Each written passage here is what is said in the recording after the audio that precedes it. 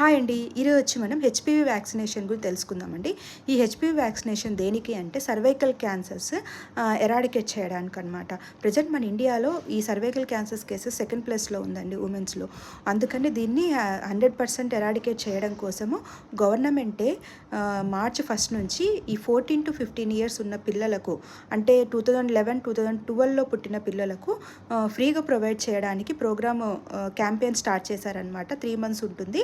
మీ దగ్గరలో ఉన్న పిఎస్సిస్ కానీ, సిఎస్సిస్ కానీ, గవర్నమెంట్ హాస్పిటల్స్ కానీ మీరు ఇప్పుడే రిజిస్ట్రేషన్ చేసుకోండి. ఈ 3 months తర్వాత అందరికీ ప్రొవైడ్ చేసేటట్టు వ్యాక్సినేషన్ షెడ్యూల్లో యాడ్ చేసేటట్టు డిస్కషన్ జరుగుతోంది. తొందరలోనే అది కూడా వస్తుందండి. ప్రజెంట్ అయితే ఈ 3 monthsలో ఈ ఏజ్ పిల్లలు రిజిస్టర్ చేసుకోవాలి.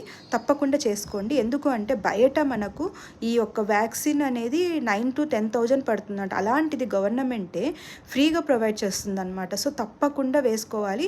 ఇది వేసుకోవడం వల్ల ఏ ప్రాబ్లము ఉండదండి.